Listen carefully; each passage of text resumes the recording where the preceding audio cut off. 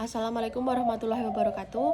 Nama saya Tiara Kusuma Putri dengan NIM 19 10 30 10 14. Di sini saya akan melakukan praktikum tentang GBS dan di sini saya mendapatkan skenario pertama. Sebelum melakukan praktikum saya akan melakukan pembacaan skenario yang saya dapatkan. Untuk skenario yang saya dapatkan adalah skenario pertama, yaitu seorang pasien laki-laki umur 41 tahun dibawa ke rumah sakit dengan mengeluhkan kedua tungkainya terasa lemah dan nyeri sejak 2 minggu yang lalu.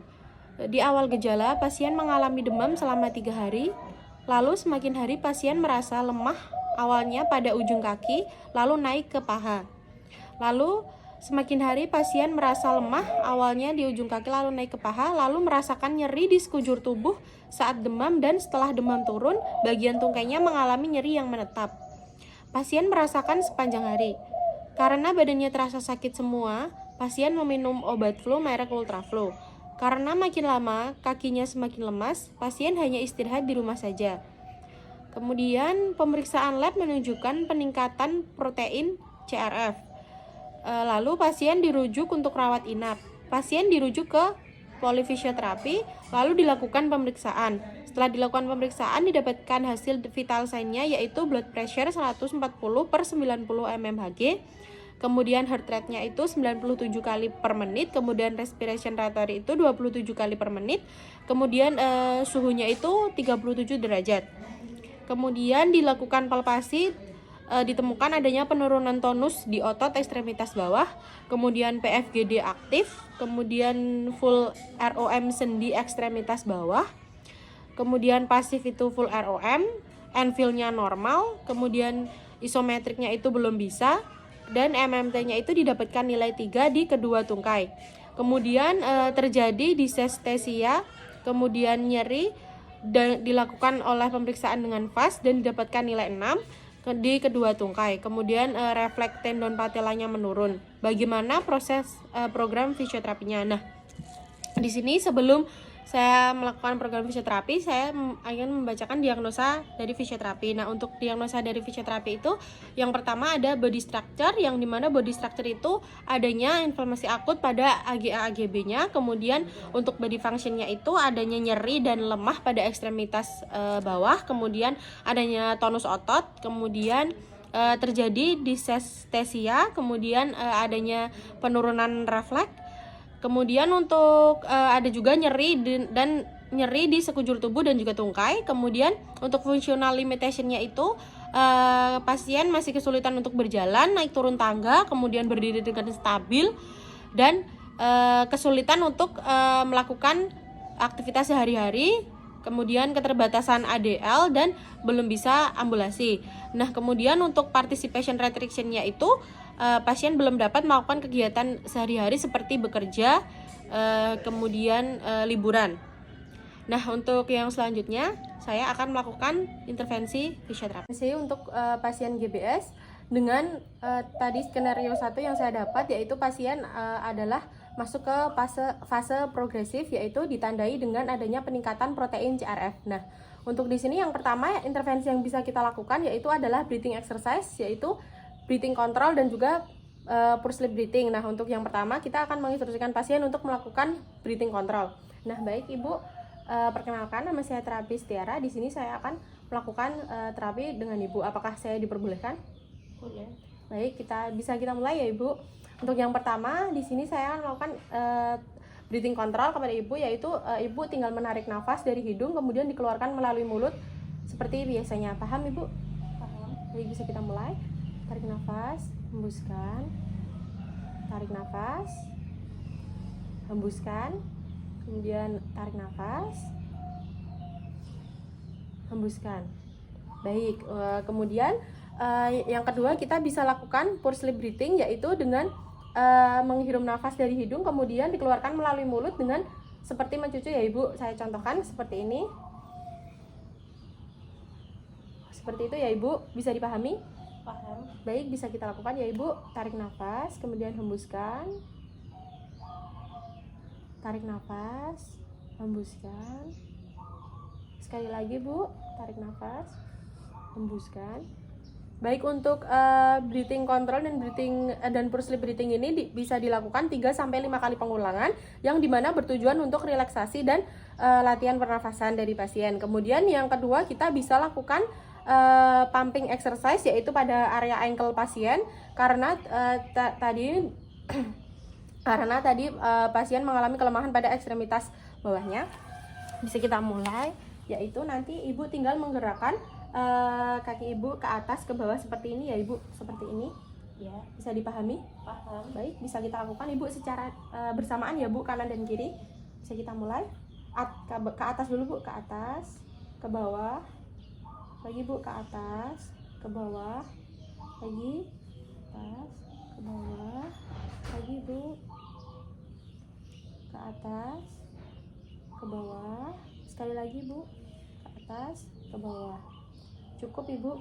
Nah untuk pumping exercise ini bisa dilakukan 8 kali hitungan dan 3 kali repetisi. Kemudian untuk tujuan dari dilakukan pumping exercise ini yaitu untuk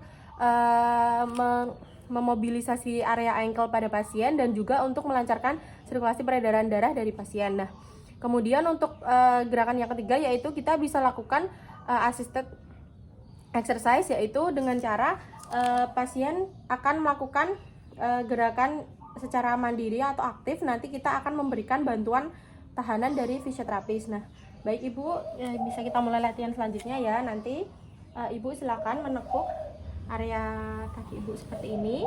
Akan saya bantu. Kemudian di area bawah, di area bawahnya seperti ini.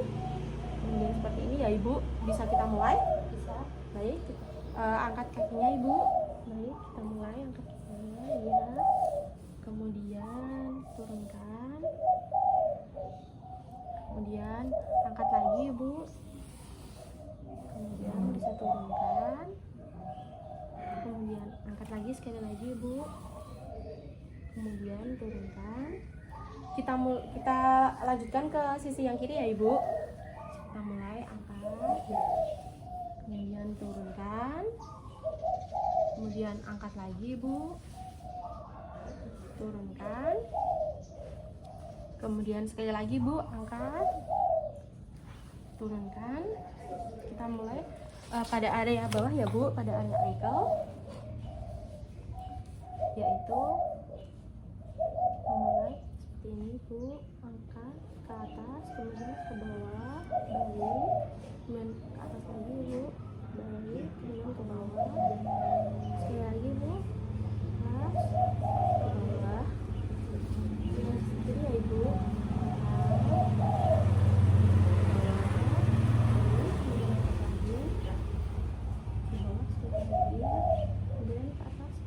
cukup. Nah untuk aktif assisted ini bisa dilakukan 3 sampai 5 kali pengulangan yang dimana ini bisa dilakukan yaitu fleksi dan fleksi hip dan juga knee, kemudian ada fleksi ankle dan juga extensi ankle. Nah untuk yang latihan yang keempat yaitu ada active exercise anggota gerak atas, yaitu kita instruksikan pasien untuk menggerakkan anggota gerak atasnya secara mandiri yang bertujuan untuk memelihara sendinya dan bisa kita lakukan 3 sampai 5 kali pengulangan. Baik ibu, kita bisa melakukan latihan yang selanjutnya yaitu nanti ibu angkat tangan ibu seperti ini, kemudian turunkan, kemudian nanti ibu gerakan ke samping seperti ini, kemudian turunkan secara bersamaan ya ibu. Bisa kita mulai, paham ibu? Kita angkat dulu tangan ibu ke atas seperti ini. Baik, kemudian turunkan, kemudian angkat lagi, kemudian turunkan, sekali lagi bu, angkat, turunkan. Baik, kemudian ke samping ibu seperti ini. Baik, diangkat, kemudian turunkan lagi bu, angkat, turunkan, sekali lagi, angkat, turunkan. Baik, kemudian untuk latihan yang kelima yaitu ada positioning, dan untuk positioning ini bisa dilakukan untuk mencegah adanya kontraktur, kemudian mencegah terjadinya dekubitus. Untuk positioning ini biasanya dilakukan 1 sampai 2 jam yaitu dengan cara miring kanan dan juga miring kiri. Baik ibu, bisa kita mulai. Untuk nanti ibu akan saya bantu untuk melakukan miring kanan dan juga miring kiri ya Ibu. Kita miring ke kiri dulu Ibu, bisa kita mulai. Kita tekuk dulu kakinya Ibu, kemudian tangan Ibu ke sini, tangan Ibu ke sini, baik, bisa kita mulai Ibu miring, silakan miring Ibu. Untuk posisi ini bisa dilakukan dengan ditahan selama 1-2 jam, kemudian kita bisa kembali lagi Ibu. Kemudian ke sisi sebelah kanan ya Ibu. Ini kemudian dulu Bu. Kita mulai Bu, miring ke kanan. Nah, ini juga ditahan selama 1-2 jam. Dan untuk latihan yang terakhir kita bisa melakukan penutupan dengan breathing exercise, yaitu untuk merelaksasi dan juga untuk latihan pernafasan dari pasien. Nah, baik Ibu, kita akan melakukan latihan pernafasan breathing exercise seperti yang tadi ya Ibu. Bisa kita mulai. Tarik nafas, hembuskan perlahan. Tarik nafas, hembuskan perlahan. Sekali lagi Bu, tarik nafas, hembuskan perlahan. Baik.